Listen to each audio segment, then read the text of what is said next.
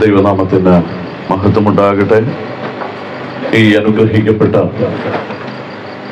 മുറ്റത്ത് കൺവെൻഷനിൽ കടന്നു വന്ന കർത്താവായ യേശുക്രിസ്തുവിന്റെ ഒരു സാക്ഷിയായിട്ട് നിൽക്കുവാൻ സ്വർഗത്തിലെ ദൈവം എന്നെയും അനുഗ്രഹിച്ചതോർത്ത് ദൈവത്തെ സ്തുതിക്കുന്നു.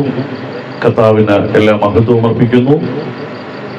ഈ ഭവനാങ്കണത്തിലും വേദിയിലും വിവിധ ഭവനങ്ങളുടെ ചുറ്റുപാടുകളിലുമൊക്കെ ഇരുന്നുകൊണ്ട് ഞങ്ങളെ ശ്രദ്ധിച്ചുകൊണ്ടിരിക്കുന്ന എല്ലാ ബഹുമാനപ്പെട്ട സ്നേഹിതർക്കും വിശേഷാൽ കർത്താവിന്റെ ദാസന്മാർക്കും നമ്മുടെ കർത്താവും വീണ്ടെടുപ്പുകാരനുമായ യേശുക്രിസ്തുവിന്റെ നാമത്തിലുള്ള സ്നേഹ വന്ദനങ്ങൾ ആദ്യമായിട്ട് അറിയിക്കുന്നു.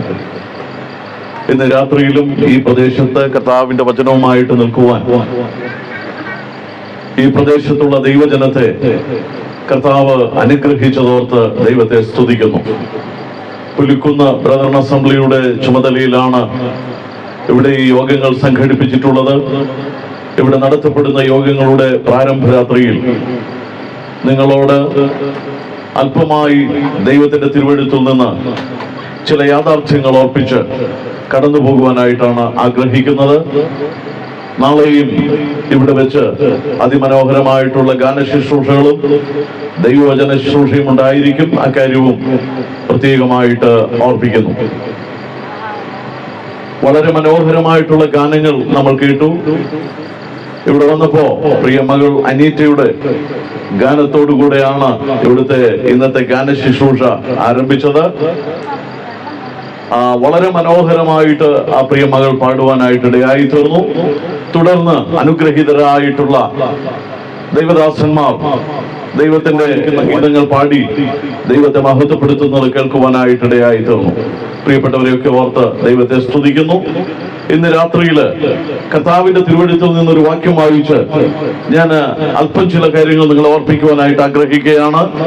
അതിനാധാരമായി കൊരിന്ത്യർക്കെഴുതിയ 1-ാം ലേഖനം 1-ാം അധ്യായം അതിന്റെ 23-ാമത്തെ വാക്യം ഒന്ന് വായിക്കുവാനായിട്ട് താല്പര്യപ്പെടുന്നു.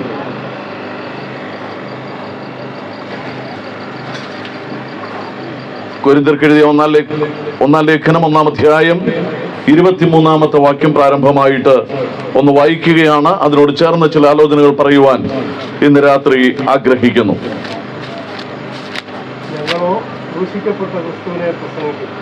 ആ വാക്യം ഇങ്ങനെയാണ്: ഞങ്ങളോ ക്രൂശിക്കപ്പെട്ട ക്രിസ്തുവിനെ പ്രസംഗിക്കുന്നു. യഹൂദന്മാർക്ക് ഇടർച്ചയും ജാതികൾക്ക് ഭോഷത്വവുമെങ്കിലും യഹൂദന്മാരാകട്ടെ യവനന്മാരാകട്ടെ വിളിക്കപ്പെട്ട ഏവർക്കും ദൈവശക്തിയും ദൈവജ്ഞാനവുമായ ക്രിസ്തുവിനെ തന്നെ. അതിമനോഹരമായിട്ടുള്ള വളരെ ശക്തമായ ഒരു സന്ദേശമാണ് ക്രൂശിക്കപ്പെട്ടവനായ ക്രിസ്തു എന്നുള്ളത്. കർത്താവായ യേശു ക്രിസ്തുവിന്റെ ഈ ലോകത്തിലേക്കുള്ള വരവ് എന്ന് പറയുന്നത് വളരെ പ്രാധാന്യമർഹിക്കുന്ന ഒരു കാര്യമാണ്. അനേക നൂറ്റാണ്ടുകളായി യഹൂദൻ അല്ലെങ്കിൽ യഹൂദ ജനം അവരുടെ വീണ്ടെടുപ്പുകാരനായ മശീഹയെ കാത്തിരിക്കുകയായിരുന്നു. ആ മശീഹ ഈ ലോകത്തിലേക്ക് വരിക എന്നുള്ളത് അവരെ സംബന്ധിച്ചിടത്തോളം വളരെ ഏറ്റവും പ്രത്യാശ അർഹിക്കുന്ന ഒരു കാത്തിരിപ്പിന്റെ വിഷയമായിരുന്നു. ലോക ജനത്തെ സംബന്ധിച്ചിടത്തോളം അവരുടെ ജീവിതത്തിൽ ശക്തമായിരിക്കുന്ന രൂപാന്തരവും മാനസാന്തരവും പാപമോചനവും കൊടുക്കുവാൻ കഴിയുന്ന ഒരു വ്യക്തിത്വത്തെ അന്വേഷിക്കുന്ന അനേകം താത്വികന്മാരുടെ ആലോചനകൾ നമ്മൾ കേട്ടിട്ടുണ്ട്. അപ്പൊ അതുകൊണ്ട് ലോകവും ഒരു രക്ഷിതാവിനെ കാത്തിരിക്കുകയായിരുന്നു. ഈ അനുഗ്രഹീതമായിരിക്കുന്ന കാത്തിരിപ്പിന്റെ ഉത്തരമായി ദൈവം മനുഷ്യന് സമ്മാനിച്ച ഏറ്റവും അനുഗ്രഹിക്കപ്പെട്ട സമ്മാനമാണ് കർത്താവായ യേശു ക്രിസ്തു. ലോകത്തിന്റെ ചരിത്രത്തിലൂടെ ഏറ്റവും അത്യുജ്വലമായി മാനവരാശിയുടെ സമാധാനത്തിനും പാപത്തിന്റെ പരിഹാരത്തിനും വേണ്ടി ലോകത്തിലൂടെ കടന്നു വന്ന അനുഗ്രഹീതനായിരിക്കുന്ന പുരുഷൻ, അതാണ് കർത്താവായ യേശു ക്രിസ്തു. യേശുക്രിസ്തുവിനെ കുറിച്ച് എന്തുകൊണ്ട് യേശുക്രിസ്തുവിനെ കുറിച്ച് ഇന്ന് രാത്രി ഇവിടെ പ്രസംഗിക്കുന്നു? എന്തുകൊണ്ട് ഈ ബൈബിൾ ഇവിടെ പ്രസംഗിക്കുന്നു? എന്തുകൊണ്ട് ഇങ്ങനെ ഒരു മുറ്റത്ത് കൺവെൻഷൻ ഇവിടെ ക്രമീകരിച്ചിരിക്കുന്നു? എന്തുകൊണ്ട് ഈ കയറ്റം കയറി അനേകം ആളുകൾ, സഹോദരന്മാർ, സഹോദരിമാർ, വാർദ്ധക്യത്തിലുള്ളവർ, നടക്കുവാൻ ബുദ്ധിമുട്ടുള്ളവരൊക്കെ ഈ കയറ്റം കയറി ഇവിടെ വന്നു? ഈ ചോദ്യങ്ങൾക്കൊക്കെ ഉത്തരമാണ് കർത്താവായ യേശുക്രിസ്തുവിന്റെ സുവിശേഷം എന്ന് പറയുന്നത്. ഞാൻ ഇവിടെ ഇരുന്നപ്പോ എന്റെ മനസ്സ്, എന്റെ ഹൃദയത്തിൽ വളരെ ചലിപ്പിച്ച ഒരു കാര്യമുണ്ട്. ഒരു പ്രിയ പിതാവ്, ഒരു മാതാവ്, വളരെ വാർദ്ധക്യമുള്ളവരാണ്. അവർ വടികുത്തി വളരെ ക്ഷീണിച്ചാണ് ഈ കയറ്റം കയറി വന്നത്. അവരവിടെ ഇരിപ്പുണ്ട്. ഇവരെല്ലാവരെയും കാണുമ്പോൾ വളരെ സന്തോഷമാണ്. കാരണം ഈ കർത്താവായ യേശുക്രിസ്തുവിന്റെ സുവിശേഷം എന്തുകൊണ്ട് പ്രസംഗിക്കുന്നു എന്നുള്ള ചോദ്യത്തിന്റെ ഉത്തരങ്ങളിൽ ചിലതാണ് ആ പ്രിയപ്പെട്ടവർ ഇവിടെ എത്തിച്ചേർന്നു എന്നുള്ളത്. പ്രിയപ്പെട്ടവരെ, ഇങ്ങനെ ഞാൻ ഒരു ചോദ്യം ചോദിച്ചുകൊണ്ട് എന്റെ വിഷയത്തിലേക്ക് കടക്കുവാൻ ഞാൻ ആഗ്രഹിക്കുകയാണ്. ധന്യനായിരിക്കുന്ന പൗലോസ്ലീഹ അദ്ദേഹം ഇങ്ങനെ വിളിച്ചു പറയുകയാണ്, ഞങ്ങളോ ക്രൂശിക്കപ്പെട്ടവനായ ക്രിസ്തുവിനെ പ്രസംഗിക്കുന്നു. ഞങ്ങളുടെ പ്രസംഗ വിഷയം, ഞങ്ങളുടെ പ്രസംഗത്തിന്റെ ആ പ്രമേയമായിരിക്കുന്നത് ക്രൂശിക്കപ്പെട്ടവനായ കർത്താവായ യേശുക്രിസ്തുവാണ്. യേശുക്രിസ്തുവിന്റെ കുരിശിനെ കുറിച്ച് ഈ കഴിഞ്ഞ ചില ദിവസങ്ങൾക്ക് മുൻപ് ഒരു മഹാൻ പറയുന്നത് കേട്ടു. യേശുക്രിസ്തു കുരിശിൽ മരിച്ചു എന്നുള്ളത് അദ്ദേഹത്തിന്റെ ഒരു പരാജയമല്ലേ? തന്നെ തന്നെ രക്ഷിക്കുവാൻ കഴിഞ്ഞില്ല. അങ്ങനെ പരാജയപ്പെട്ട ഒരു വ്യക്തിക്ക് എങ്ങനെ മനുഷ്യരാശിയെ രക്ഷിക്കുവാൻ കഴിയും എന്ന് അദ്ദേഹം ചോദിക്കുകയുണ്ടായി. ആ ചോദ്യത്തിന്റെ ഉത്തരം നിരവധി ദൈവദാസന്മാർ നൽകിയിട്ടുണ്ട്. എന്റെ പ്രിയപ്പെട്ടവരെ, അതിനുത്തരവും ഇന്ന് രാത്രി പിന്നെയും പറയുവാൻ ആഗ്രഹിക്കുകയാണ്. എന്തുകൊണ്ടാണ് യേശുക്രിസ്തു കാൽവറിയിലെ ക്രൂശിൽ മരിച്ചത്? യേശുക്രിസ്തുവിന്റെ മരണം ഒരു പരാജയമായിരുന്നു. യേശുക്രിസ്തുവിന്റെ മരണം കൊണ്ട് ലോകത്തിൽ സംഭവിക്കേണ്ടത് എന്താണ്? ലോകത്തിൽ എന്താണ് നടന്നത്? അത് പറയുവാനായിട്ടാണ് ഞങ്ങൾ ഇന്ന് രാത്രി ഇവിടെ അല്പസമയം ചിലവഴിച്ച് ഇങ്ങനൊരു യോഗം ഇവിടെ ക്രമീകരിച്ചിട്ടുള്ളത്.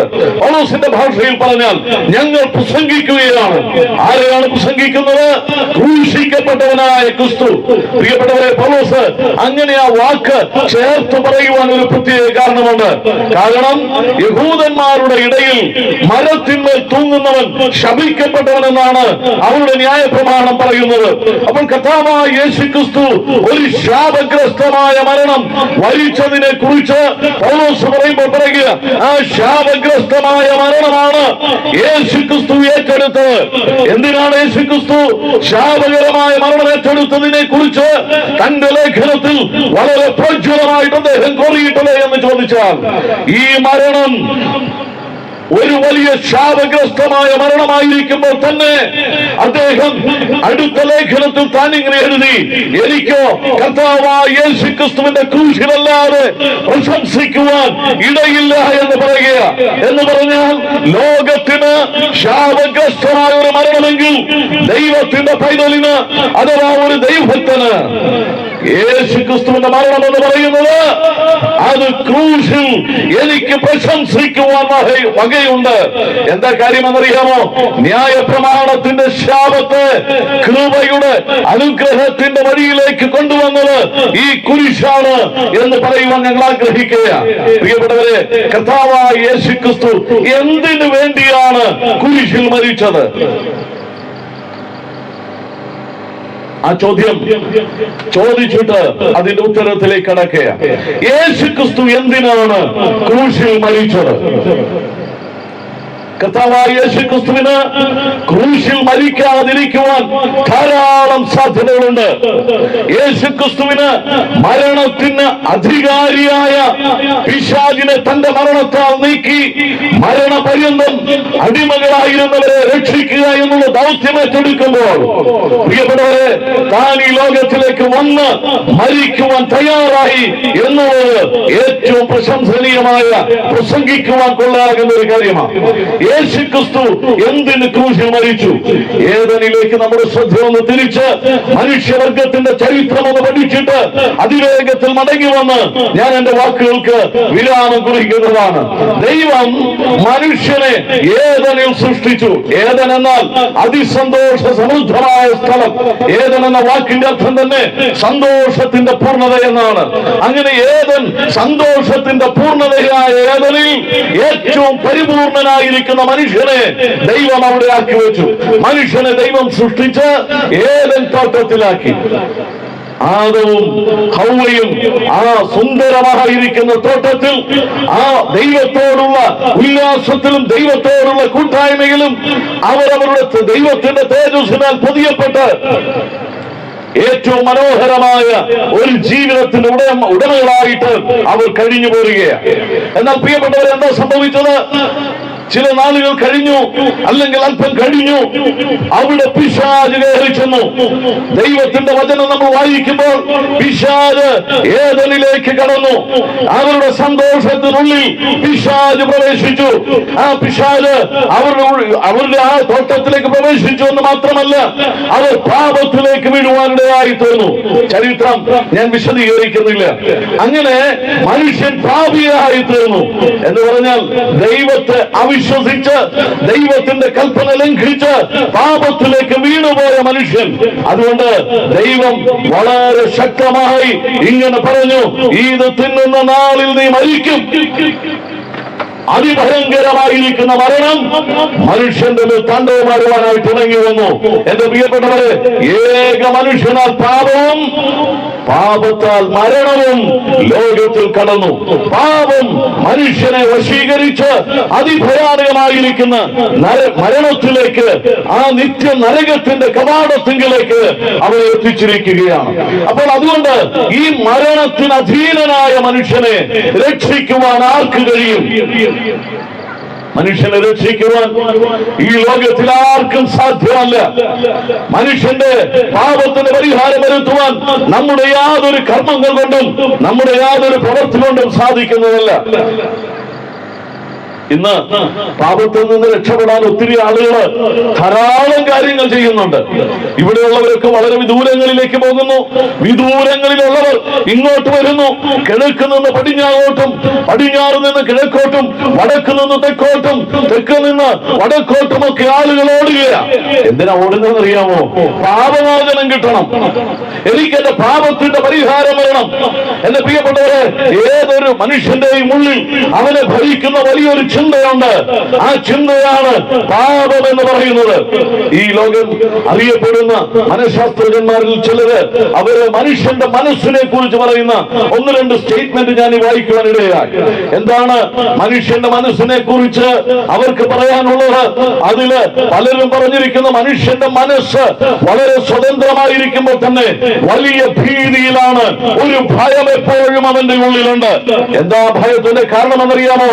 അവന്റെ ഉള്ളിലെ പാപം, അവന്റെ ഉള്ളിൽ എന്തോ ഒരു നഷ്ടബോധം, അവന്റെ ഉള്ളിൽ ഒരു സമാധാനമില്ലായ്മ, അവന്റെ ഉള്ളിൽ ഒരു നിരാശ, അവന്റെ ഉള്ളിൽ ഒരു സങ്കടം, അവന്റെ ഉള്ളിൽ ഒരു മരണഭീതി, അവന്റെ ഉള്ളിൽ മരണത്തിനപ്പുറത്തേക്കുള്ള ചെറിയ ചില ചിന്തകൾ.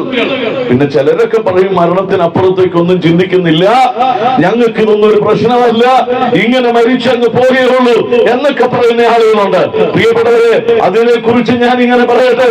സിഗ്മണ്ട് ഫ്രോയിഡ് എന്ന് പറയുന്ന അതിവിദഗ്ധനായ മനഃശാസ്ത്രജ്ഞൻ അദ്ദേഹം പറഞ്ഞു വെച്ച ഒരു കാര്യം ഇതാണ്. എന്താണെന്നറിയാമോ?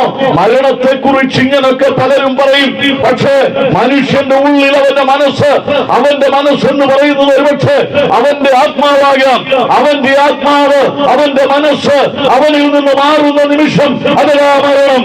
അതിനപ്പുറത്തെന്താണെന്ന് നമുക്കറിഞ്ഞുകൂടാ.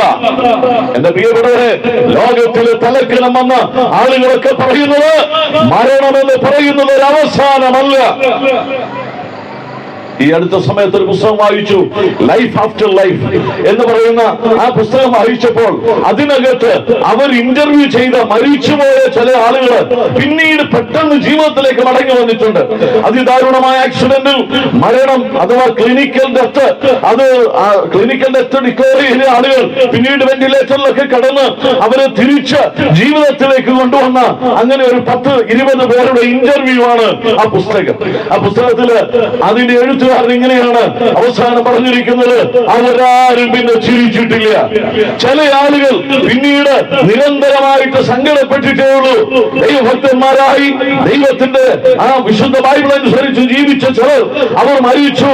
പക്ഷെ മടങ്ങി വന്നപ്പോൾ അവർ പറയുന്നത് അതിമനോഹരമായ ഒരു വെളിച്ചം, ആ വെളിച്ചത്തിനപ്പുറത്തേക്കുള്ള ഒരു സാമ്രാജ്യത്തിലേക്ക് കിടക്കവേ അതിന്റെ കവാടത്തിൽ എന്നെ ബന്ധിച്ച് തിരികെ വിളിച്ചത് എന്തിന്? അവർ പിന്നെ ചിരിച്ചിട്ടില്ല. എന്നാൽ ചില ആളുകള് ആ പുസ്തകത്തിൽ എഴുതിയിരിക്കുന്ന അതിൽ ചില ആളുകൾ പറഞ്ഞത്, ഞാനൊരു കുഴലിലൂടെ എന്ന വണ്ണം, ഒരു ഇരുണ്ട കുഴലിലൂടെ എന്ന വണ്ണം അതിവേഗത്തിൽ പോയിക്കൊണ്ടിരുന്നു. എങ്ങോട്ടാണെന്ന് എനിക്ക് അറിഞ്ഞുകൂടാ. എവിടെയോ നിമതിക്കുന്നത് പോലെ അതിഭയങ്കരമായിരിക്കുന്ന ഒരു രോദനം എന്റെ ഹൃദയത്തിലുണ്ടായിരുന്നു. എന്നെ അടിമപ്പെടുത്തുന്ന ഭീതി എന്നെ മുഴുവൻ വകഞ്ഞു മാറ്റുന്നത് പോലെ, എന്റെ ഹൃദയം അരിഞ്ഞു മാറുന്നത് പോലെ ഞാൻ എങ്ങോട്ട് പോകുന്നു എന്ന് തോന്നി എന്ന് അവർ പറയുകയുണ്ടായി. പ്രിയപ്പെട്ടവരെ, അവര് പറയുന്നത് ഇനി ഒരിക്കലും മരിക്കരുതെന്നാണ്. എന്താ കാര്യമെന്നറിയാമോ? മനുഷ്യൻ മരണഭീതിയിൽ അടിമകളായി തീർന്നു. അതുകൊണ്ടാണ് ഇബ്രാഹിം ലേഖനത്തിൽ പറയുന്നത്, മരണത്തിന്റെ അധികാരിയായ പിശാചിനെ നീക്കുവാൻ ഒരുവൻ വരേണ്ടി വന്നു. അതുകൊണ്ടാണ് യേശുക്രിസ്തു ക്രൂശിക്കപ്പെട്ടവനായി തീർന്നത്. മരണത്തിന്റെ അധികാരിയായ പിശാചിനെ തന്റെ മരണത്താൽ നീക്കണം. അപ്പോ മരണത്തെ മരണം കൊണ്ട് നീക്കുവാൻ ഒരുവൻ വന്നേ മതിയാകുകയുള്ളൂ. അതുകൊണ്ടാണ് ആ ഏദനിൽ വെച്ച് കർത്താവ് തമ്പുരാൻ ആ സ്ത്രീയോട് പറഞ്ഞു, എന്താണെന്നറിയാമോ? നിന്റെ സന്തതി ആ സർപ്പത്തിന്റെ തല തകർക്കും. ഒരു വലിയ പ്രതീക്ഷ, വലിയൊരു പ്രതീക്ഷ. ഈ മരണത്തിൽ വീണുപോയ മനുഷ്യന് ആദ്യത്തെ പ്രതീക്ഷ നൽകിയത് സ്വർഗത്തിലെ ദൈവമാ. നിന്റെ സന്തതി സർപ്പത്തിന്റെ തല തകർക്കും. നിന്നെ വഞ്ചിച്ച, നിന്നെ നരകത്തിലേക്ക് തള്ളിയ, നിന്നെ മരണത്തിന് അടിമത്തത്തിലേക്ക് പറഞ്ഞു വിടുവാൻ തീരുമാനിച്ച ഈ മഹാസർപ്പമുണ്ടല്ലോ, ഈ സർപ്പത്തെ തകർക്കുവാൻ ഒരുവൻ വന്നേ പറ്റൂ. ആ പ്രവചനം അത് നിറവേറണമെങ്കിൽ അവൻ വന്നേ മതിയാകൂ. യേശു ക്രിസ്തു ഈ ലോകത്തിലേക്ക് വന്നേ മതിയാകൂ. മാത്രമല്ല, യേശു ക്രിസ്തു ലോകത്തിൽ വന്നാൽ മാത്രം പോരാ, യേശുക്രിസ്തു വരുവാൻ ചില നിബന്ധനകൾ ഉണ്ടായിരുന്നു. ലോകത്തിന്റെ ചരിത്രത്തിൽ യഹൂദന്മാരും ലോകജനവും ഒരുപോലെ നിരീക്ഷിച്ച് ഒരുപോലെ കാത്തിരുന്ന് അവന്റെ ജീവിതം, ജനനം, മരണം, അവന്റെ പുനരുത്ഥാനം, ഇതെല്ലാം തിരുവെഴുത്തുകളിൻ പ്രകാരം ജനിച്ച്, തിരുവെഴുത്തുകളിൻ പ്രകാരം മരിച്ച്, തിരുവെഴുത്തുകളിൻ പ്രകാരമുള്ള ചരിത്രമാണ് യേശുക്രിസ്തുവിനെ കുറിച്ച് സംഭവിക്കേണ്ടത്. ആരും എവിടെങ്കിലും എങ്ങനെയെങ്കിലും ഒക്കെ ജനിക്കുന്നത് പോലെ അല്ല യേശുക്രിസ്തു ജനിച്ചത്. അതാണ് ഈ വിശുദ്ധ ബൈബിളിന്റെ ഏറ്റവും വലിയ നിസ്തുല്യത എന്ന് പറയുന്നത്. ഇത് കഴിഞ്ഞ അനേക വർഷങ്ങളായി ലോകത്തിൽ അങ്ങോളം ഇങ്ങോളം പ്രസംഗിക്കപ്പെടുകയാണ്. ഈ വിശുദ്ധ ബൈബിൾ പ്രസംഗിക്കപ്പെടുന്നതിന്റെ കാരണം ഇത് യാതൊരു തരത്തിലുമുള്ള ഒരു തിരുത്തലുകൾക്കും ഇന്ന് വരെ ഇത് വിധേയപ്പെട്ടിട്ടില്ല. മാറ്റങ്ങൾക്കപ്പുറത്ത് മാറ്റം കൂടാതെ നിൽക്കുന്ന ഒരു പുസ്തകമാണ് വിശുദ്ധ ബൈബിൾ. അതുകൊണ്ട് ഈ വിശുദ്ധ ബൈബിൾ ഇന്നും നിലനിൽക്കുകയാണ്. എന്റെ പ്രിയപ്പെട്ടവരെ, കർത്താവായ യേശുക്രിസ്തുവിന്റെ ഈ തിരുവെഴുത്ത് ഇത് ലോകമെങ്ങോളം, ലോകത്തിൽ അങ്ങോളം ഇങ്ങോളം യാതൊരു വ്യത്യാസം കൂടാതെ ഇത് ലോക സീമകളെയും അനന്തസാഗരങ്ങളെയും മുറിച്ച് അക്കറിയുള്ള എല്ലാ നാടുകളിലും വിശുദ്ധ സുവിശേഷം പ്രസംഗിക്കപ്പെടുകയാണ്. എന്താ കാര്യമെന്നറിയാമോ? ഇത് സത്യമാണ്. ഈ സത്യപുസ്തകം പറയുക യേശുക്രിസ്തു എങ്ങനെയാണ് ജനിക്കേണ്ടത്. കർത്താവായ യേശുക്രിസ്തുവിന് 700 വർഷങ്ങൾക്ക് മുൻപ് ജീവിച്ചിരുന്ന യെശയ്യാ പ്രവാചകനിലൂടെ 2 വ്യക്തമായിരിക്കുന്ന വാക്യങ്ങൾ. ഒന്ന്, കന്യക ഗർഭിണിയായ ഒരു മകനെ പ്രസവിക്കും. യേശുക്രിസ്തു ഈ ലോകത്തിലേക്ക് ജനിക്കുക എന്ന് പറഞ്ഞാൽ നിസ്സാരപ്പെട്ട ഒരു സംഭവമല്ല. ലോകത്തിന്റെ ചരിത്രം തന്നെ മാറ്റിമറിക്കുവാൻ കഴിയുന്ന ഒരു ജനനം. കന്യക ഗർഭിണിയായി ഒരു മകനെ പ്രസവിക്കും. അടുത്തത് യെശയ്യാ പ്രവചനം 9-ാം അധ്യായത്തിൽ നാം ഇങ്ങനെ വായിക്കുന്നുണ്ട്, നമുക്കൊരു ശിശു നൽകപ്പെട്ടിരിക്കുന്നു, ഒരു മകൻ നൽകപ്പെട്ടിരിക്കുന്നു. അവൻ അത്ഭുത മന്ത്രി, വീരനാം ദൈവം, നിത്യപിതാവ്, സമാധാന പ്രഭു എന്ന് പേരാകും. ആധിപത്യം അവന്റെ തോളിലിരിക്കും. അപ്പൊ നിസ്സാരക്കാരനല്ല ഇങ്ങ് വരാൻ പോകുന്നത്. യേശുക്രിസ്തു വരുന്നു എന്ന് പറഞ്ഞാൽ എന്റെ പ്രിയപ്പെട്ടവരെ കന്യകയിൽ നിന്ന് വരണം. ആധിപത്യം തോളിലേന്തുവാൻ ഒരുവൻ വരണം. അവൻ ഏറ്റവും ഭയങ്കരനായ ദൈവമാണ്. അവന് നിത്യപിതാവെന്നാണ് പേര്. ഇനി അവൻ വന്നാൽ മാത്രം പോരാ, അവന്റെ മരണത്തെ കുറിച്ച് വളരെ വേഗത്തിൽ പറയട്ടെ. അവന്റെ മരണത്തെ കുറിച്ച് പറഞ്ഞിരിക്കുന്ന ചില കാര്യങ്ങൾ നമ്മൾ വായിക്കുന്നുണ്ട്. 22-ാം സങ്കീർത്തനത്തില് അതിന്റെ 17-18 വാക്യങ്ങളിൽ ഇങ്ങനെയാണെന്ന് വായിക്കുന്നത്.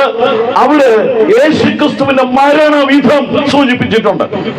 കർത്താവ് ജനിക്കുന്നതിനും 1000 വർഷങ്ങൾക്ക് മുൻപ് ഈ റോമാക്കാർ ഇങ്ങനെ ആളുകളെ ക്രൂശിച്ച് കൊല്ലുന്ന, അത് റഷ്യക്കാരുടെ ഇടയിലും ബാബിലോണിയൻസിന്റെ ഇടയിലും അതുപോലെ ഡാരിയൂസിന്റെ കാലത്ത് അലക്സാണ്ടറിന്റെ കാലത്തൊക്കെ ക്രൂശീകരണം നടന്നിട്ടുണ്ട്.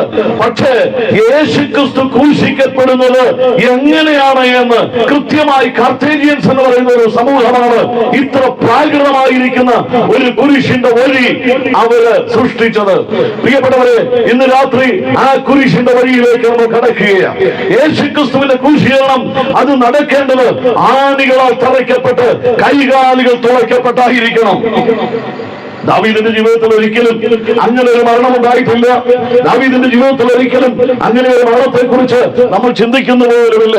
എന്നാൽ ഈ മശിഹയുടെ സങ്കീർത്തനത്തിൽ അവിടെ രേഖപ്പെടുത്തിയിരിക്കുന്നത് കൈകാലുകൾ തുളയ്ക്കപ്പെട്ട് വേണം യേശുക്രിസ്തു അഥവാ മശിഹ മരിക്കാൻ. 1000 വർഷങ്ങൾക്ക് മുൻപ് വിദൂര സാധ്യത പോലും ഇല്ലാത്തൊരു കാലത്ത് യേശുക്രിസ്തു എങ്ങനെ ജനിച്ച് എങ്ങനെ മരിക്കണമെന്ന് എഴുതിയിരിക്കുക. അങ്ങനെ മരിച്ചാൽ മാത്രം പോരാ, അതിന്റെ 18-ാമത്തെ വാക്യത്തിൽ എഴുതിയിരിക്കുന്നു, അവർ എന്റെ വസ്ത്രം പകുത്തെടുത്തു, എന്റെ അങ്കിക്കായി ചീട്ടിട്ടു. പ്രിയപ്പെട്ടവരെ, ഈ പൗലോസ് പറയുക, ഞങ്ങൾ ക്രൂശിക്കപ്പെട്ട ക്രിസ്തുവിനെ പ്രസംഗിക്കാൻ കാരണം തിരുവെഴുത്തുകളിൻ പ്രകാരമാണ് അവൻ ഈ ലോകത്തിലേക്ക് വന്നത്. തിരുവെഴുത്തിൻ പ്രകാരമേ അവൻ മരിക്കാവൂ. അവന്റെ മരണം തിരുവെഴുത്തുകളിൽ രേഖപ്പെടുത്തിയിരിക്കുന്ന പോലെ കൃത്യമായ ആ വരയ്ക്കകത്ത് നിന്ന് മാത്രമേ ആ മരണം ലോകത്തിൽ സംഭവിക്കാവൂ. അതിന് വിഘാതമായിട്ട് പിശാച് പല കാര്യങ്ങൾ ചെയ്തു. ചില സമയത്ത് മലയിൽ നിന്നും തള്ളിയിട്ട് അവനെ കൊല്ലുവാൻ ശ്രമിച്ചിട്ടുണ്ട്. ജനക്കൂട്ടം വളരെ അക്രമാസക്തമാക്കി കല്ലെറിഞ്ഞു കൊല്ലുവാൻ ശ്രമിച്ചിട്ടുണ്ട്. ഒന്നും നടന്നില്ല. ഇങ്ങനെ മാത്രമേ നടക്കാവൂ. പ്രിയപ്പെട്ടവരെ, കുറച്ചുകൂടെ കഴിഞ്ഞപ്പോ അവനെ അങ്ങനെ കൊന്നാ പോരാ, അവനൊരു വില വെക്കണം. അവനൊരു വില വെച്ചേ കൊല്ലാവൂ. അവനൊരു വിലയുണ്ടാകണം. യിരെമ്യാ പ്രവചനത്തിൽ രേഖപ്പെടുത്തിയിട്ടുണ്ട്. സെഖര്യാ പ്രവചനം 9-ാം അധ്യായത്തിൽ രേഖപ്പെടുത്തിയിരിക്കുന്ന പോലെ അവനെ 30 വെള്ളിക്കാശിന്, അവന്റെ വില കേവലം ഒരു അടിമയുടെ വില പോലെ 30 വെള്ളിക്കാശിന് ഒറ്റിക്കൊടുക്കുന്ന യൂദയുടെ ചിത്രവും നമ്മൾ അവിടെ കാണുന്നുണ്ട്. അവൻ ഒറ്റിക്കൊടുക്കപ്പെടണം. അവന് 30 വെള്ളിക്കാശിന്റെ വിലയെ അവനുണ്ടാകാവൂ. പ്രിയപ്പെട്ടവരെ, അങ്ങനെയും ക്രിസ്തു മരിച്ചാൽ പോരാ. യേശുക്രിസ്തു അഥവാ യേശുക്രിസ്തു മശിഹ തമ്പുരാൻ അവൻ മരിക്കുന്നതിന് മുൻപ് അവനൊരു ജയാളിയെ പോലെ, ഇതാ നിന്റെ രാജകുമാരൻ കഴുതയുടെ പുറത്ത് നിന്റെ പട്ടണത്തിലേക്ക് അല്പോടെ പ്രവേശിക്കണം. അങ്ങനെ നടന്നില്ലേ? നമുക്കറിയാം, കർത്താവായ യേശുക്രിസ്തു മരിക്കുന്നതിന്റെ ആ തലേ ഞായറാഴ്ച, ഈ കഴിഞ്ഞ 1-2-3 ആഴ്ചകൾക്ക് മുമ്പ് ലോകമെല്ലാം ആഘോഷത്തോടെ കൊണ്ടാടിയ ഒരു വലിയ സംഭവമായിരുന്നു ഹോശന്നാ ഞായറാഴ്ച.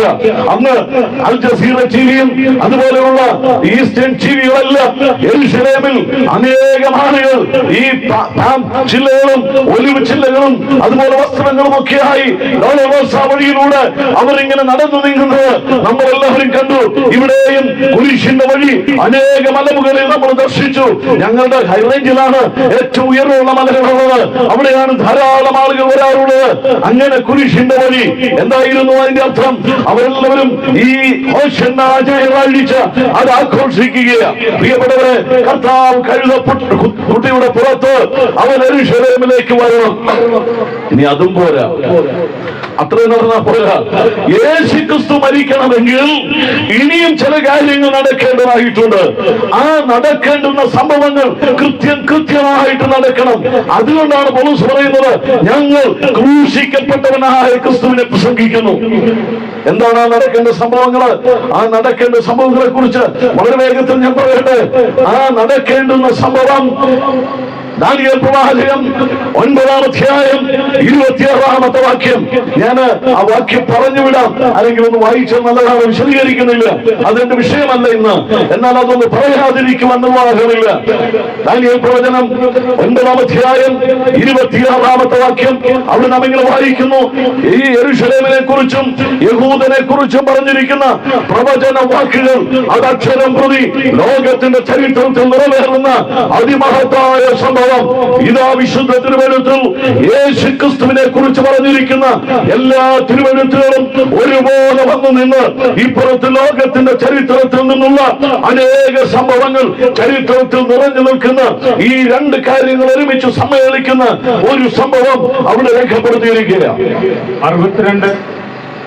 62 ആഴ്ചവട്ടം കഴിഞ്ഞിട്ട് അഭിഷിക്തൻ ഛേദിക്കപ്പെടും, അവൻ ആരുമില്ലെന്ന് വരും. പിന്നെ വരുവാനിരിക്കുന്ന പ്രഭുവിന്റെ പടജനം നഗരത്തെയും വിശുദ്ധ മന്ദിരത്തെയും നശിപ്പിക്കും. അവന്റെ അവസാനം ഒരു പ്രളയത്തോടെ ആയിരിക്കും. അവസാനത്തോളം യുദ്ധമുണ്ടാകും, ശൂന്യങ്ങളും നിർണയിക്കപ്പെട്ടിരിക്കുന്നു. 62 സംവത്സരങ്ങൾ, അഥവാ അതിന്റെ വിശദീകരണത്തിലേക്ക് ഇപ്പോൾ പോകുന്നില്ല. 69 ആഴ്ചവട്ടങ്ങൾ നിന്റെ ജനത്തിന്, യെരൂശലേമിന്, യഹൂദ ജനത്തിന്, ആ ദേവാലയത്തിന് ദൈവം കൽപ്പിച്ചിരിക്കുന്ന ഒരു അവധി പറഞ്ഞിരിക്കുക. ആ അവധിയോടുള്ള ബന്ധത്തിൽ പറഞ്ഞിരിക്കുന്നു, 69 ആഴ്ചവട്ടം കഴിയുമ്പോൾ അഭിഷക്തൻ ഛേദിക്കപ്പെടും. അഭിഷക്തൻ ഛേദിക്കപ്പെടുവാൻ കൃത്യമായ ഒരു ടൈം പറഞ്ഞിട്ടുണ്ട്. അതാണ് 69 ആഴ്ചവട്ടങ്ങളുടെ പര്യവസാനം എന്ന് പറയുന്നത്. അതിലേക്ക് ഇന്ന് കടന്നാൽ ശരിയാവുകയില്ല. എങ്കിലും ഞാൻ ഇങ്ങനെ ഒന്ന് പറയാം. എന്റെ പ്രിയപ്പെട്ടവരെ, നെഹമ്യാവിന്റെ പുസ്തകത്തിൽ നാം വായിക്കുന്നത് പോലെ എസ്രയുടെ പുസ്തകത്തിലുള്ള ആ കാര്യങ്ങളല്ല, മറിച്ച് നെഹമ്യാവിന്റെ പുസ്തകത്തിൽ അർത്തഹ്ശഷ്ടാ രാജാവിന്റെ കാലത്ത് നെഹമ്യാവിനോട് പറയുന്ന അതിമനോഹരമായിരിക്കുന്ന ഒരു കൽപ്പന, ആ യെരൂശലേമിനെ പണിയുവാൻ ആ കൊടുത്തിരിക്കുന്ന ആ കൽപ്പന, അതിനെക്കുറിച്ച് ഇങ്ങനെ പറയട്ടെ. BC 445 മാർച്ച് മാസം 14-ാം തീയതി ആ കൽപ്പന പുറപ്പെടുവിച്ചു. പുരാതന പേർഷ്യൻ ഭാഷയിൽ ഉള്ള ആ കൽപ്പന ശൂഷൻ രാജധാനിയും അതിനോട് ചേർന്ന സംഭവങ്ങളും എക്സ്കവേഷൻസ് ചെയ്ത് ഭൂശാസ്ത്രജ്ഞന്മാർ കുഴിച്ചെടുത്ത് അതിലെ ഖനനങ്ങളിൽ നിന്ന് അവരുടെ വലിയൊരു ലൈബ്രറി കണ്ടെടുത്തു. ആ ലൈബ്രറിയിൽ എഴുതിയിരുന്ന, ആ ലൈബ്രറിയിലെ ലിഖിതത്തിൽ എഴുതിയിരുന്ന ഒരു കാര്യമാണ് നെഹമ്യാവിന് കൊടുത്ത കൽപ്പന. അത് ഈ യെരൂശലേമിനെ പണിയുവാനുള്ള കൽപ്പനയാണ്.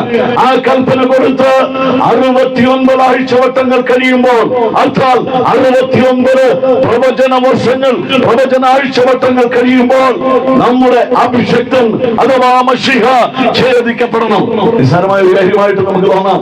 അതൊരു നിസ്സാര കാര്യമല്ല എന്റെ പ്രിയപ്പെട്ടവർ, അതൊരു നിസ്സാര സംഭവമല്ല. ലോകം അതിഭയങ്കരമായി ശ്രദ്ധിക്കേണ്ടുന്ന ഒരു സംഭവം. ലോക സാമ്രാജ്യങ്ങൾ അധിപന്മാരായി ഉയർന്നു വരുന്ന ലോക സാമ്രാജ്യങ്ങളുടെ ചരിത്രവും രേഖപ്പെടുത്തിയിരിക്കുന്ന ദാനിയേൽ പ്രവചനത്തിൽ ഇനി നടക്കാൻ പോകുന്ന അനേക സാമ്രാജ്യങ്ങളെ കുറിച്ചും അതിന്റെ പതനങ്ങളെ കുറിച്ചൊക്കെ അവിടെ രേഖപ്പെടുത്തിയിട്ടുണ്ട്. അതിനോട് ചേർന്നാണ് ഈ മശിഹയുടെ ആ ഛേദത്തെ കുറിച്ച് പറഞ്ഞിരിക്കുന്നത്. നമുക്കറിയാം, കൃത്യം 483 വർഷങ്ങൾ, അഥവാ 1,73,880 ദിവസങ്ങൾ തികയുന്ന അന്ന് എന്ന് പറഞ്ഞാൽ നിസാൻ മാസം 10-ാം തീയതി, അല്ലെങ്കിൽ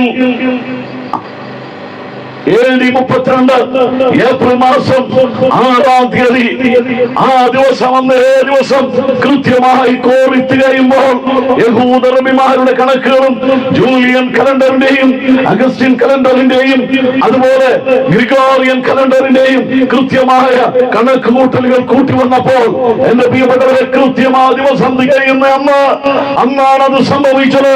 നമ്മുടെ കർത്താവ് ഇതാ ബേഥാനിയിൽ നിന്ന് അവൻ തന്റെ ജനത്തോട് ചേർന്ന് ശിഷ്യന്മാരോട് കൂടെ യെരൂശലേമിലേക്ക് കടന്നു വരികയാണ്.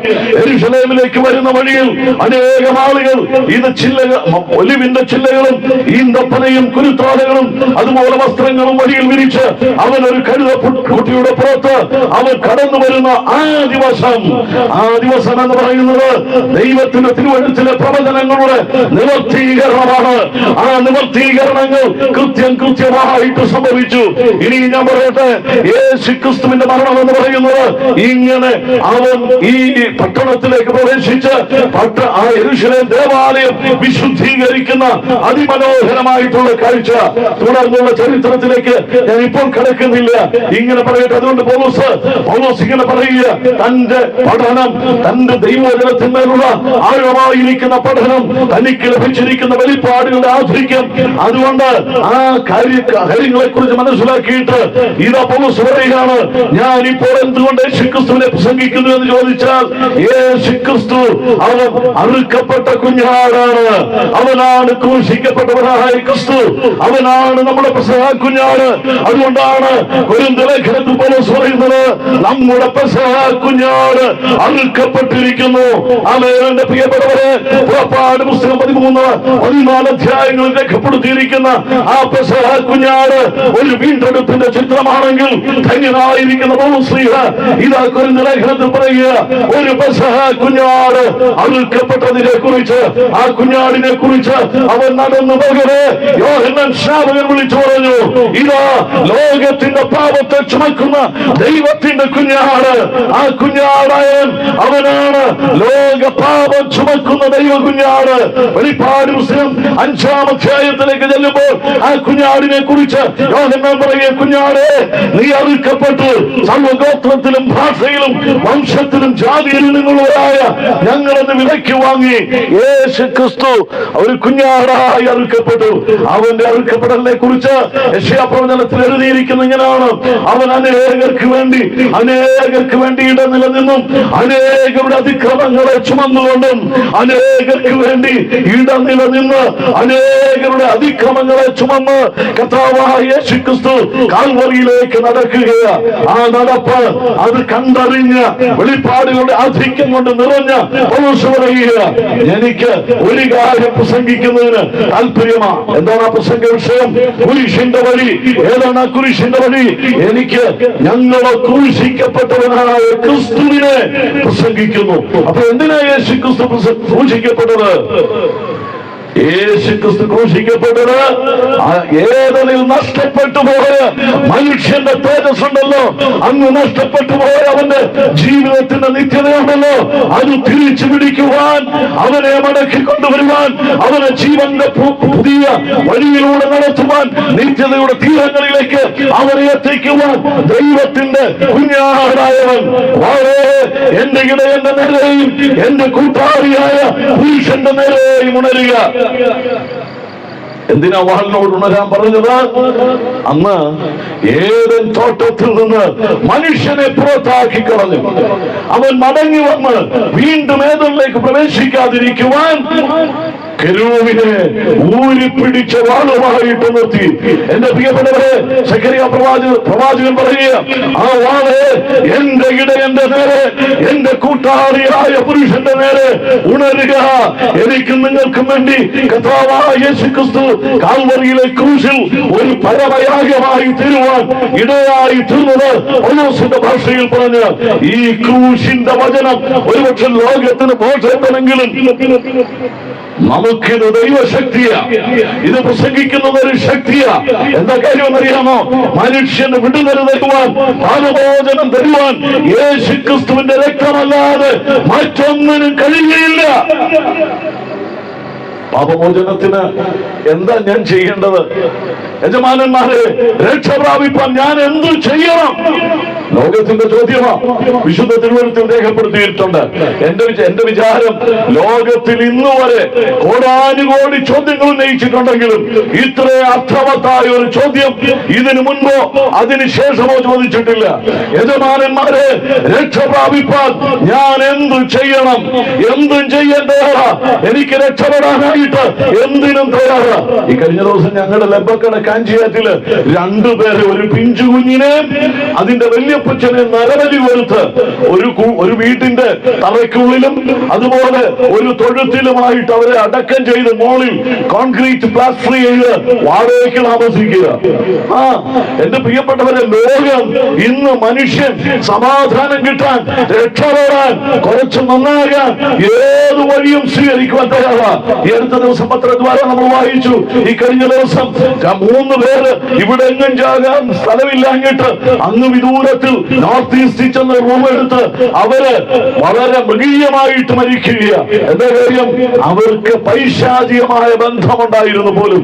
നിങ്ങൾ വായിച്ചിട്ടുണ്ട്, തിരുവനന്തപുരത്ത് ഒരു ജിൻഡോൾ അദ്ദേഹം അപ്പനെയും അമ്മയെയും സഹോദരിയെ കൊന്നു കളഞ്ഞു. എന്തിനാണെന്നറിയാമോ? രക്ഷപ്പെടണം. ഞങ്ങളുടെ അവിടുത്തെ, ഞാൻ വാടകയ്ക്ക് താമസിച്ചുകൊണ്ടിരുന്ന ഒരു വീടുണ്ട്, അവിടെ ഒരു ഏലിയാസ് അച്ഛനുണ്ട്. അദ്ദേഹത്തിന്റെ മകൻ ഓജോ ബോർഡ് കളിച്ച് ചില നാള് കഴിഞ്ഞപ്പോ തൊട്ടടുത്ത് താഴെയുള്ള ഒരു കുളത്തിൽ പോയി ചാടി. എഴുതി വെച്ചിരുന്നു, ഞാൻ ചേരുകയാണ്. എങ്ങോട്ട്? ഞാൻ ചേരുകയാ. എല്ലാവരുടെയും വിചാരം, പ്രിയപ്പെട്ടവരെ, ഒരു മനുഷ്യന് തന്റെ വഴി ചൊവ്വായി തോന്നും, അതിന്റെ അവസാനം നാശകരം മരണമാണ്. അപ്പൊ കർത്താവായ യേശുക്രിസ്തു, ഈ കർത്താവ് ഒഴികെ ബാക്കിയെല്ലാം തെറ്റായ വഴികളാണ്. യേശുക്രിസ്തു പറഞ്ഞു, ഞാൻ തന്നെ വഴിയും സത്യവും ജീവനുമാകുന്നു, ഞാൻ മുഖാന്തരമല്ലാതെ ആരും പിതാവിന്റെ സന്നിധിയിലെത്തുന്നില്ല. എന്റെ പ്രിയപ്പെട്ടവരെ, ഞങ്ങൾ ഇവിടെ വന്ന് ഈ വീടിന്റെ മുറ്റത്ത് നിന്ന് കടക്ഷോഭം ചെയ്യുന്നത് ഈ ഒരു വഴിയേ ഉള്ളൂ എന്നറിയാവുന്നത് കൊണ്ട്. കാരണം മനുഷ്യവർഗത്തിന്റെ പാപത്തിന് പരിഹാരം വരുത്തുവാൻ ദൈവത്തിന് മാത്രമേ കഴിയൂ. യേശുക്രിസ്തുവിന്റെ മരണത്തെ കുറിച്ച് 1-2 കാര്യങ്ങൾ കൂടെ വളരെ വേഗത്തിൽ പറഞ്ഞ് ഞാൻ അവസാനിപ്പിക്കട്ടെ. ഒന്ന്, കർത്താവായ യേശുക്രിസ്തു മരിച്ചത്, ആ മരണം അതിഭയാനകമായിരിക്കുന്ന ഒരു മരണമാണ്. യേശുക്രിസ്തു മരിക്കുന്നതിന്റെ തൊട്ടു മുൻപ് ഗെത്സമനയിലേക്ക് കർത്താവ് ചെല്ലുകയാണ്. ആ ഗെത്സമന തോട്ടത്തിൽ അവിടെ നമ്മൾ കർത്താവിനോട് കൂടെ നോക്കുകയാണെങ്കിൽ, യേശുക്രിസ്തു, ഈ ക്രൂശിക്കപ്പെട്ടവനായ ക്രിസ്തുവിനെ നമ്മൾ പ്രസംഗിക്കുന്നത് എന്തുകൊണ്ടാണ്? യേശുക്രിസ്തുവിന്റെ മരണം നമ്മളൊന്ന് കാണേണ്ടതാ.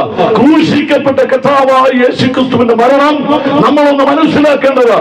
യേശുക്രിസ്തുവിന്റെ മരണം ഗെത്സമനയിൽ കർത്താവിന്റെ വീഴ്ച, കർത്താവ് നെടുമ്പാട് വീണ് കരയുകയാ. എന്താ കരഞ്ഞത്? എന്താ പ്രാർത്ഥിച്ചത്? പിതാവേ, കഴിയുമെങ്കിൽ ഈ പാനപാത്രം എങ്കിൽ നിന്ന് നീങ്ങിപ്പോകണം. അവിടുന്ന് വായിക്കുന്നുണ്ട്, അതേ കാര്യം ചൊല്ലി അവൻ 2ാമതും അവൻ 3ാമതും പ്രാർത്ഥിച്ചു. അവന്റെ പ്രാർത്ഥനയുടെ സമയം അവൻ നെടുമ്പാട് വീഴുമ്പോൾ, പ്രിയപ്പെട്ടവരെ, അവന്റെ വിയർപ്പ് തുള്ളികൾ രക്തകണങ്ങൾ പോലെ ഭൂമിയിലേക്ക് വീഴുന്നു എന്ന് പറഞ്ഞാൽ, ഈ അടുത്ത സമയത്ത് ഒരു ഡോക്ടർ ഇതിനെ കുറിച്ച് പറഞ്ഞ് നിങ്ങളെല്ലാവരും കേട്ടിട്ടുണ്ട്. എങ്കിലും ഞാൻ ഒന്ന് പറയട്ടെ, ഹെമറ്റോറാക്സ് എന്ന് പറയുന്ന അതിഭയാനകമായിരിക്കുന്ന ഒരു സാഹചര്യം അദ്ദേഹത്തിന് ഉണ്ടാകുക. എന്താ?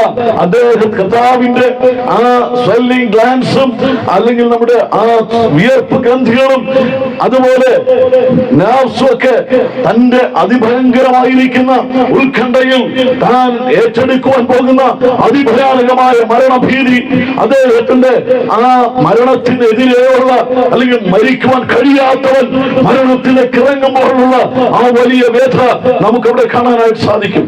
ഞാനിങ്ങനെ അടുത്ത സമയത്ത് അതിനെ കുറിച്ചൊന്ന് വായിച്ചപ്പോൾ ഒരു എഴുത്തുകാരൻ എഴുതിയിരിക്കുന്ന ഇങ്ങനെയാണ്, കഴിയുമെങ്കിൽ ഈ പാനപാത്രം എങ്കിൽ നിന്ന് നീങ്ങിപ്പോകണം. എന്താണ് ഈ പാനപാത്രത്തിന് ഇത്ര പ്രത്യേകത? പ്രിയപ്പെട്ടവരെ, പരിശുദ്ധനായ ദൈവം, സ്വർഗം പോലും തൃക്കണ്ണിൽ മലിനമായി തോന്നുന്ന വലിയവനായിരിക്കുന്ന ദൈവത്തിന് മനുഷ്യന്റെ പാപത്തെ കുറിച്ച്, ആ പാപത്തിന്റെ അകൃത്യം, ആ പാപത്തിന്റെ വെറുപ്പ്, ആ പാപത്തിന്റെ ഭയങ്കരമായിരിക്കുന്ന ആ നീചത്വം അത് ഏറ്റെടുക്കുവാൻ വളരെ പ്രയാസമാണ്. നിങ്ങളൊന്ന് വിചാരിച്ച്, ഞാൻ അതിന് ഏറ്റവും കുറഞ്ഞ പടിയിൽ നിന്നുകൊണ്ടൊന്ന് ചോദിക്കട്ടെ, ഒരു സ്വർണ്ണ കോളാമ്പിയിൽ ചായ തന്നാൽ കുടിക്കുമോ? ഒരു സ്വർണ്ണ കോളാമ്പിയിൽ ചായ തന്നാൽ കുടിക്കുമോ? ഇല്ല. കുടിക്കത്തില്ല, എനിക്കറിയാം എന്ന് പറഞ്ഞാൽ അത്രമാത്രം ഭയാനകമായ ഇഷ്ടക്കുറവുള്ള ഒരു കാര്യമാണ് ഈ മനുഷ്യവർഗത്തിന്റെ പാപം എന്ന് പറയുന്നത്. ആ പാപത്തെ താൻ ആവാഹിക്കാൻ പോകുക. പ്രിയപ്പെട്ടവരെ, ആ കർത്താവ് ഏകദേശം അർദ്ധരാത്രി വരെ അവിടെ പ്രാർത്ഥനയിൽ മുഴുകി. അങ്ങനെ ഒരു 12 മണിയോടുകൂടെ, അത് AD 32 ഏപ്രിൽ മാസം 10-ാം തീയതി രാത്രി 12 മണിയോടുകൂടെ നമ്മുടെ കർത്താവിനെ ഒറ്റിക്കൊടുക്കുന്നവൻ അടുത്തു വന്നു. അവനെ ഒറ്റിക്കൊടുത്ത് അറസ്റ്റിലാവുകയാണ്.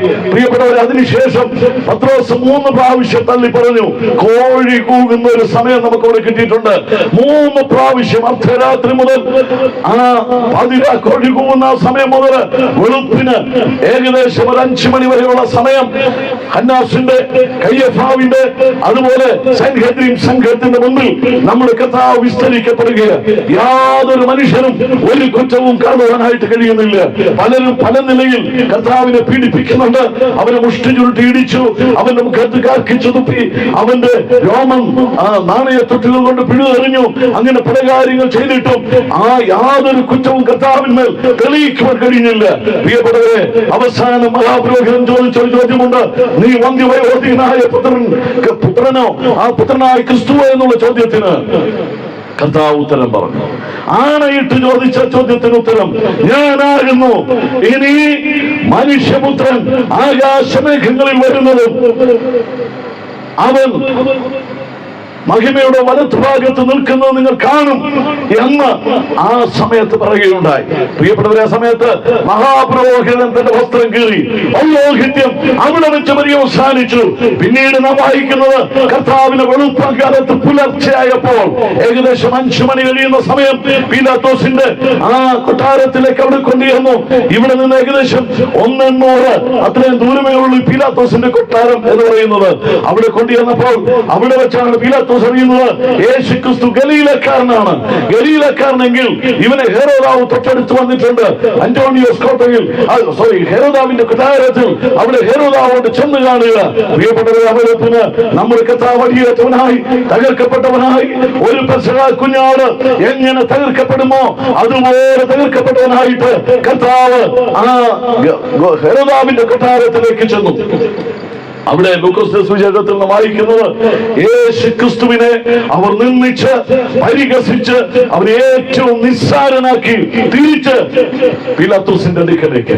പ്രിയപ്പെട്ടവരെ, ഏകദേശം 7 മണിയോടുകൂടെ വീണ്ടും പീലാത്തോസിന്റെ ഗബ്ബഥ എന്ന കൽത്തളത്തിൽ അതിനകത്തേക്ക് പ്രവേശിക്കുന്നില്ല. 7 പ്രാവശ്യം വിസ്തരിച്ചു. നമ്മുടെ കർത്താവിന് 4 പ്രാവശ്യം പുറത്തും 3 പ്രാവശ്യം അകത്തും, അങ്ങനെ 7 വിസ്താരങ്ങൾ യോഹന്നാൻ സുവിശേഷം 19-ാം അധ്യായത്തിൽ നാം കാര്യം വായിക്കുന്നുണ്ട്. ആ വിസ്താരങ്ങൾക്ക് ശേഷം യേശു ക്രിസ്തുവിനെ ഏൽപ്പിച്ചു കൊടുത്തു. ഇനിയാണ് ഞാനൊരു കാര്യം കൂടെ പറയട്ടെ. കർത്താവായ യേശു ക്രിസ്തു ക്രൂശിലേക്ക് നടക്കുകയാണ്. ആ ക്രൂശിലേക്ക് നടക്കുന്ന വഴി, ആ വഴിയിലൂടെ രക്തമണവോളവനായി മനുഷ്യവർഗത്തിന്റെ പാപം മുഴുവനും ഏറ്റെടുത്ത്, അല്ലെങ്കിൽ അന്ന് ഏദൻ തോട്ടത്തിൽ വെച്ച് മനുഷ്യന് വേണ്ടി ഒരു മൃഗത്തിന്റെ തോലെടുത്ത് അവന് താൽക്കാലികമായി ഒരു അരയാട് ഉണ്ടാക്കി കൊടുത്ത വലിയവനായ ദൈവം, അതേ ദൈവം അവന് തേജസ്സിന്റെ വസ്ത്രം ധരിപ്പിക്കുവാൻ, അവനെ നിത്യതയുടെ തീരത്തെ കൊണ്ടുപോകുവാൻ, അവനെ ഭരിച്ചിരിക്കുന്ന, അവനെ നശിപ്പിച്ചിരിക്കുന്ന മരണത്തിൽ നിന്ന് അവനെ വിടുവിക്കുവാൻ അവനെ നടത്തിക്കൊണ്ടുപോവുകയാണ്. പ്രിയപ്പെട്ടവരെ, ഇങ്ങനെയാണ് ഞാൻ ഫിലിപ്പ് ലേഖനം 2-ാം അധ്യായം 8-ാം വാക്യത്തിൽ നാം ഇങ്ങനെ വായിക്കുന്നുണ്ട്. മരണത്തോളം, ക്രൂശിലെ മരണത്തോളം അനുസരണമുള്ളവനായി തീർന്നു യേശു ക്രിസ്തുവിന്റെ മരണം. അവിടെ നമ്മൾ സാധാരണ ഞായറാഴ്ച വായിച്ച് ആരാധിച്ച് തൃപ്തിയടയുന്ന ഒരു വാക്യമുണ്ട്. അവൻ തന്നെത്താൻ താഴ്ത്തി, തന്നെത്താൻ ഒഴിച്ചു, തന്നെത്താൻ താഴ്ത്തി, വേഷത്തിൽ മനുഷ്യനായി. ഒരു ചോദ്യം, എന്താണ് ഒഴിച്ചത്? എന്താണ് അവൻ താഴ്ത്തിയത്? എന്താണ് അവൻ നമുക്ക് വേണ്ടി ചെയ്തത്? പ്രിയപ്പെട്ടവരെ, അതിന്റെ ഉത്തരം ഇതാണ്. യേശു ക്രിസ്തു പൂർണ്ണ ദൈവവും പൂർണ്ണ മനുഷ്യനുമായിരിക്കുന്നവൻ ഈ ലോകത്തിലേക്ക് ഇറങ്ങി വന്നിട്ട് മനുഷ്യന് വേണ്ടി സർവ്വരോഗത്തിന്റെയും സമാധാനം, സർവ്വപാപത്തിന്റെയും സമാധാനം, മരിച്ചവർക്ക് പുനരുദ്ധാനം, ആ വിശക്കുന്നവർക്ക് ആഹാരം, കുരുടന് കാഴ്ച, മുടന്തന് സൗഖ്യം, ചെകിടന് കേൾവി, ഭൂതബാധിതന് രോഗസൗഖ്യം, ഇത് പ്രസംഗിച്ച് അയ്യോ അധ്വാനിക്കുന്നവരും ഭാരം ചുമക്കുന്നവരുമായുള്ളവരെ നിങ്ങളെല്ലാവരും എന്റെ അടുക്കൽ വരുവീൻ, ഞാൻ നിങ്ങളെ ആശ്വസിപ്പിക്കാമെന്ന് പറഞ്ഞ് ആശ്വാസദായകനായവൻ അവൻ ഒരു ദിവസം മറുരൂപമലയിൽ കയറിപ്പോയി. കൂട്ടത്തിൽ പത്രോസ്, യോഹന്നാൻ, യാക്കോബും അവരും കൂടെ പോയി. അവിടെ ചെന്ന് പ്രാർത്ഥിക്കുന്ന ആ സമയത്ത് ഒരു കാര്യം സംഭവിച്ചു. ഒരു നിമിഷം അവന്റെ തേജസ് തന്നിൽ തന്നെ അടക്കിയിരുന്നവന്റെ മഹിമ, അവന്റെ തേജസ് ഒരു നിമിഷം ഒന്ന് വെളിപ്പെട്ടപ്പോൾ അവർ മരിച്ചവരെ പോലെ താഴെ വീണു. പ്രിയപ്പെട്ടവരെ, ആ തേജസിന്റെ ഉടമയാണ് അടിയേറ്റ് നടന്നു പോകുന്നത്. അടുത്തുകൂടാത്ത വെളിച്ചത്തിൽ വസിക്കുന്നവൻ അവനാണ് നടക്കുന്നത്.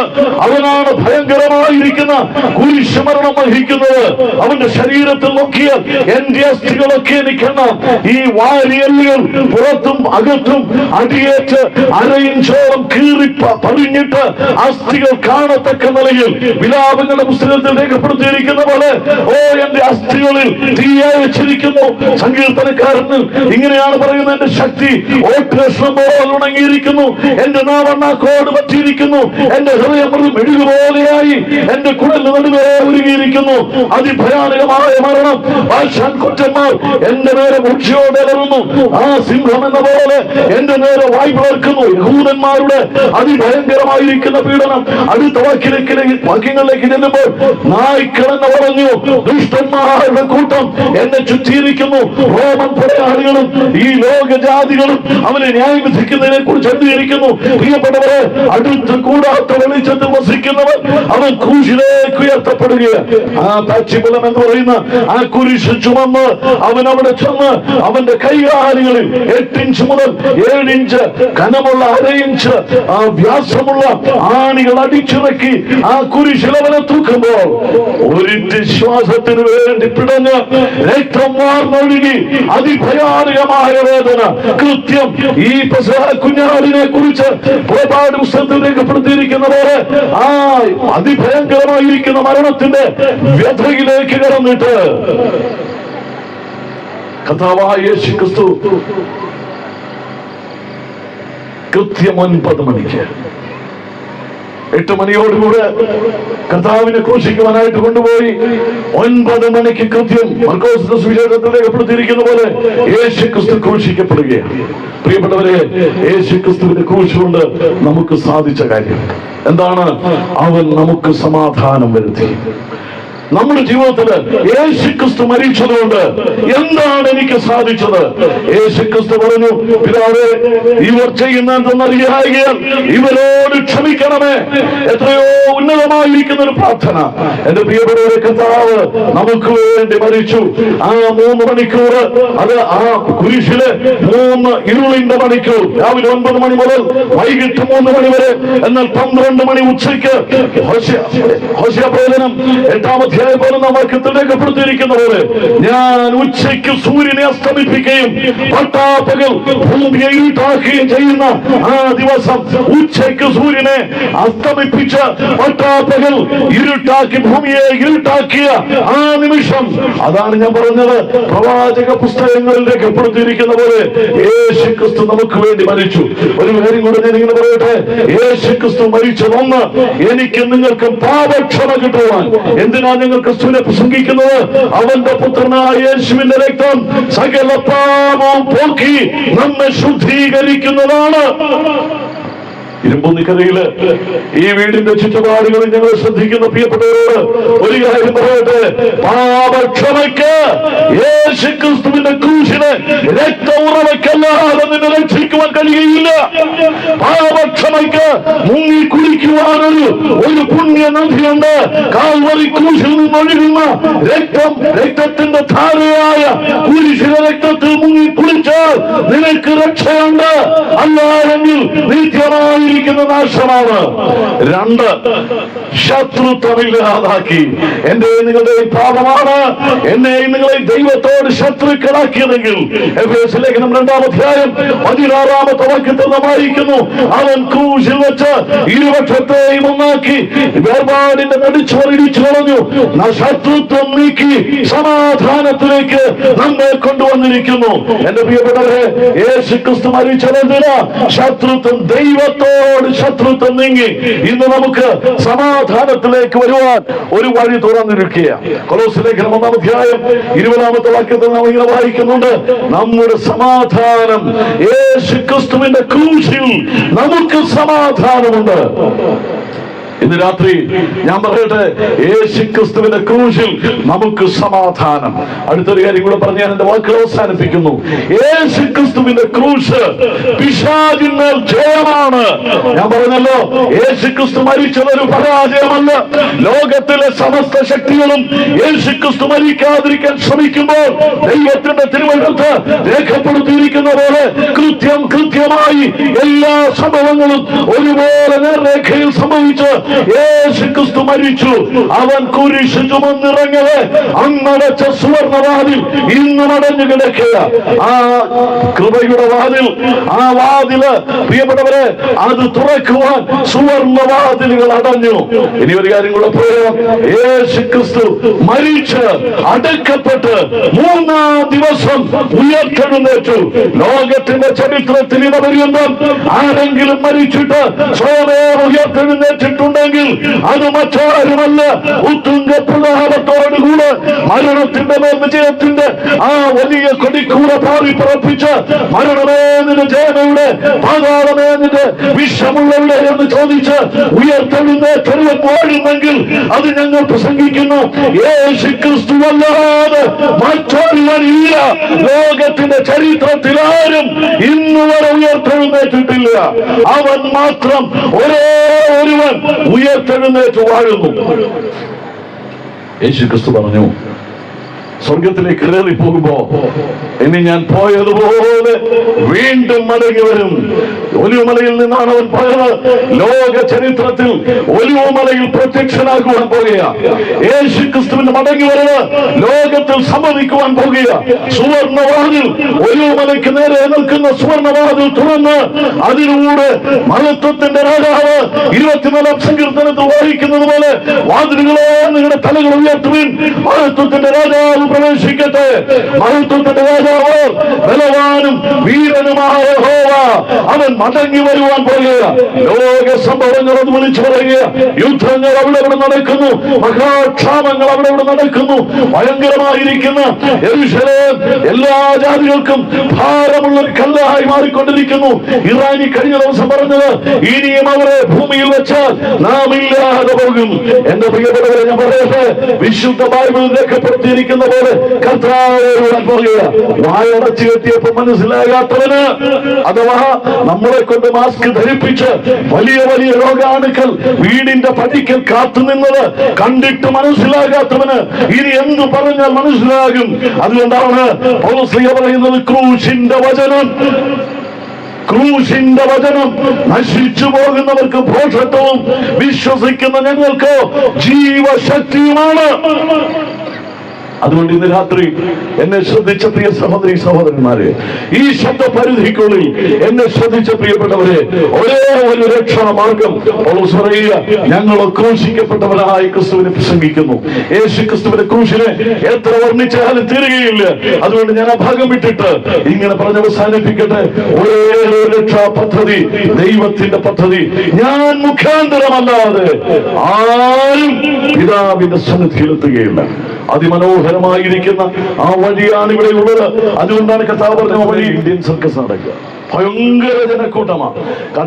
കുമളി കൂടെ വരുമ്പോ അവിടെ കല്ലറയ്ക്കൽ ഗ്രൗണ്ടില് അവിടുത്തെ വലിയ പുഷ്പമേള നടക്കുക, ഭയങ്കര ജനമാ. അതെല്ലാം നാശത്തിലേക്കുള്ളതാ. ഇത് കഴിഞ്ഞ് അവരോട് തന്നെ ചോദിച്ചാൽ ഇത് കഴിഞ്ഞേച്ച് വേണം ജാകാൻ പോകാനെന്നാ പലരും പറഞ്ഞു. എന്ന് പറഞ്ഞാൽ അതുപോലത്തെ പ്രയാസങ്ങളിൽ പോകുന്നവരും ഒരാശ്വാസത്തിന് വേണ്ടി പോവുകയാണ്. പ്രിയപ്പെട്ടവർ, എന്നാൽ യേശുക്രിസ്തു യഥാർത്ഥ റിയൽ പീസ്, ആ പ്രിൻസ് ഓഫ് പീസ്, യേശുക്രിസ്തു സമാധാനത്തിന്റെ രാജകുമാരൻ, അവനെ കുറിച്ച് പ്രസംഗിക്കുന്നിടത്ത് നമ്മൾ എത്ര പേരുണ്ട്? പ്രിയപ്പെട്ടവരെ, ദൈവം പറയുക, 2-3 പേർ എന്റെ നാമത്തിൽ അവിടെ കൂടിയാലും അവരുടെ മധ്യത്തിൽ ഞാനുണ്ട്. സ്വർഗത്തിലേക്കുള്ള വഴി വളരെ ഇടുക്കമാണ്, അവിടുത്തെ സ്ഥിതി ഞെരുക്കമാണ്, അതിലെ പോകുന്ന ആളുകൾ ചുരുക്കമാണെങ്കിലും ഇതാവൻ എത്രയും താമസമിന മേഘാരൂഢനായി വരുന്നു.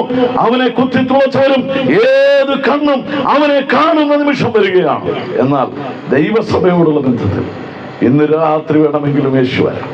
ആ വലിയ തേജസ്സിന്റെ ആ മഹത്വ പ്രത്യക്ഷതയ്ക്ക് മുമ്പ് എന്നെയും നിങ്ങളെയും ചേർക്കുവാൻ കർത്താവായ യേശുക്രിസ്തു മടങ്ങി വരുന്നു. എന്റെ പ്രിയപ്പെട്ടവരെ, രക്ഷിക്കപ്പെട്ടവരുടെ കൂട്ടം കർത്താവ് തൻ ഗംഭീരനാദത്തോടും പ്രധാന ദൂതന്റെ ശബ്ദത്തോടും ദൈവത്തിന്റെ കാഹളത്തോടും കൂടെ സ്വർഗത്തിൽ നിന്ന് ഇറങ്ങി വരുമ്പോൾ മരിച്ചവർ അക്ഷരായി തീർക്കും. ജീവനോട് ശേഷിക്കുന്നവരായി നാം അവനെ എതിരേൽപ്പാൻ ആകാശമേഘങ്ങളിൽ എടുക്കപ്പെടും. ഈ മനോഹരമായ ഭാഗ്യകരമായ പ്രത്യാശയാണ് ഒരു ദൈവത്തിനുള്ളത്. അതുകൊണ്ട് എന്റെ പ്രിയ പുരുഷനോടും അമ്മച്ചിയോടും അതുപോലെ എന്നെ ശ്രദ്ധിക്കുന്ന സഹോദരിമാരോടും ഈ ഭവനത്തിലും ചുറ്റുപാടുകളിൽ എന്നെ ശ്രദ്ധിക്കുന്ന പ്രിയപ്പെട്ടവരോടും ഒരു വാർത്ത ഞാൻ പറയട്ടെ. നിങ്ങളുടെ കഷ്ടത അറിയുന്ന, നിങ്ങളുടെ സങ്കടങ്ങൾ അറിയുന്ന, വേദന അറിയുന്ന, കഷ്ടപ്പാട് അറിയുന്ന, ഒറ്റിക്കൊടുക്കൽ അറിയുന്ന, സഹനത്തിന്റെ പ്രതീകമായ യേശുക്രിസ്തു രക്ഷിതാവാണ്. നിങ്ങളെ രക്ഷിപ്പാൻ അവന് കഴിയും. അവന്റെ അടുക്കലേക്ക് വന്ന്, കർത്താവേ, ഞാനൊരു പാപിയാണ്, എന്റെ പാപത്തിന് വേണ്ടി അവിടുന്ന് മരിച്ചു എന്ന് ഞാൻ വിശ്വസിക്കുന്നു, ഞാൻ അങ്ങ് എന്റെ കർത്താവും എന്റെ രക്ഷിതാവും ദൈവമായിട്ട് സ്വീകരിക്കുന്നു എന്ന് പറഞ്ഞ് യേശുക്രിസ്തുവിനെ കർത്താവായി സ്വീകരിച്ചാൽ നിത്യമായിരിക്കുന്ന രക്ഷ, സ്വർഗം, സമാധാനം നിങ്ങൾക്ക് ലഭിക്കും. അതിന് ദൈവമായ കർത്താവ് നിങ്ങളെ അനുവദിക്കട്ടെ എന്ന് ആത്മാർത്ഥമായി പ്രാർത്ഥിച്ചുകൊണ്ട് ഇതുവരെ എന്നെ ശ്രദ്ധിച്ച എല്ലാവർക്കും കർത്താവായ യേശുക്രിസ്തുവിന്റെ നാമത്തിലുള്ള നന്ദി അറിയിച്ച് ഈ ഭവനത്തിലെയും അതുപോലെ സഭയിലെയും പ്രിയപ്പെട്ടവരോട് നന്ദിയും സ്നേഹവും അറിയിച്ചുകൊണ്ട് ഞാൻ എന്റെ വാക്കുകളിൽ നിന്ന് വിരമിക്കുന്നു. കർത്താവിന്റെ നാമം ഇന്നും എന്നേക്കും വാഴ്ത്തപ്പെടുമാറാകട്ടെ. ആമേൻ. കർത്താവായ യേശുവേ വരേണമേ എന്ന് ആത്മാർത്ഥമായി പ്രാർത്ഥിച്ച് നമുക്ക് മുന്നേറാം. കർത്താവിന്റെ വിലയേറിയ നാമം ഇന്നും എന്നേക്കും വാഴ്ത്തപ്പെടുമാറാകട്ടെ. ആമേൻ.